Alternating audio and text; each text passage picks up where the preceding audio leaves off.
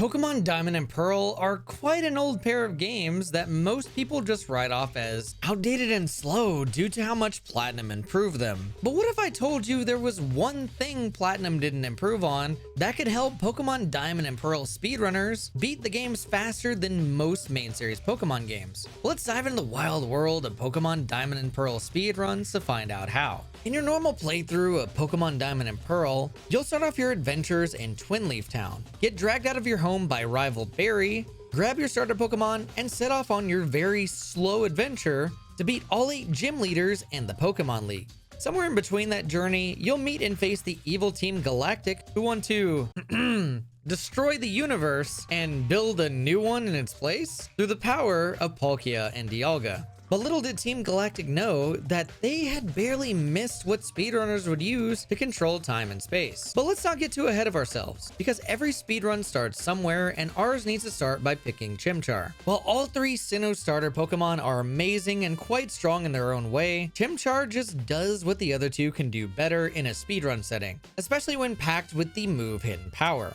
Hidden Power Grass is the key to beating so many fights in the fastest way possible. But in order to get it, we need a certain combination of IVs on our Chimchar to get a good typing for Hidden Power, since it could be every type in the game except normal and fairy. Not only this, but we need good enough IVs in general, since we don't rely on Hidden Power for every fight, because the lower the IVs your Pokemon has, the worse your stats become. This is easily fixed through RNG manipulation, since DS games run on pseudo RNG, which is an RNG that runs in a predictable pattern instead of being completely random, which means we can manipulate it. And all it takes is setting your DS to a certain date and time, then starting the game up at the exact same frame each time.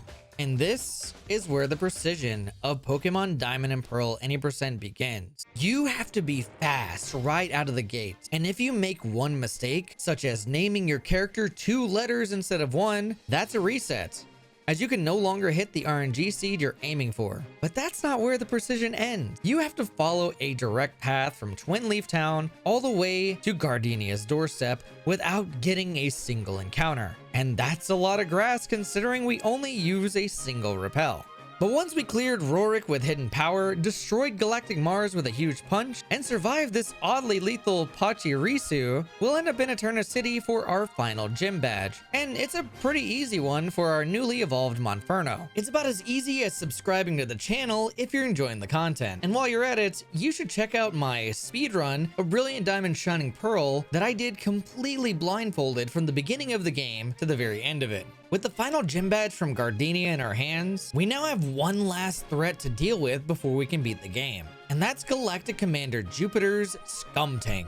One thing I've yet to mention is that Pokemon Diamond and Pearl are the only main series Pokemon games where every single fight in the game has completely random AI, including fights such as the champion Cynthia. And this presents itself as quite an annoying problem for dealing with Jupiter's Scum Tank, since it has moves that poison, lower accuracy, lower defense, or have a high chance to critical hits. But believe it or not, this is the final fight in the game for any percent speedrunners, as they're about to grab the key item that could control time and space. That's right, we're grabbing the bicycle. With the bicycle, we can now use a trick called the tweak. This trick involves biking over a loading zone in a precise pattern, and by following these patterns, we can cause the map to load in a weird way. The first tweak we perform for Diamond and Pearl any percent is located on Cycling Road. This tweak will let you skip a bunch of dialogue from Lucas telling you about the useless Versus Seeker. With this dialogue now skipped, we can go straight into Orberg City, through Orberg Gates, and into the final location, Jubilife City, where one final tweak near the sign is performed. This makes the left side of the city load in textures from the route on the right, where in its place, you would normally see the Jubilife TV building. Speedrunners will then line up just right, then perform a save into a soft reset. By doing this in a very precise location, we'll then load onto the other side of the door to Jubilife TV, and when you step directly down through it, you'll be sent out into the void instead of into the building. By then going left, you somehow end up in Floroma Meadow, followed by Veilstone Store, where speedrunners won't save on prices But we'll save time on playing the game with one more save and reset. This is then followed up by taking one more step when loading back into the game, which puts us straight into the Pokemon League, where one final save and quits one step to the left, and you've made it straight into the Hall of Fame. Seems they've really taken a more minimalistic approach to this version of the Hall of Fame, since it's all just a giant big black void. But with that final step into the Hall of Fame, speedrunners can beat Pokemon Diamond in under 1 hour. And it's in a way that Pokemon Platinum can't replicate, since they patched the void to work in a fast but very different way compared to Pokemon Diamond and Pearl. But that sort of speedrun is for another video. Subscribe for more Pokemon speedrunning content, and I'll see you in the next one.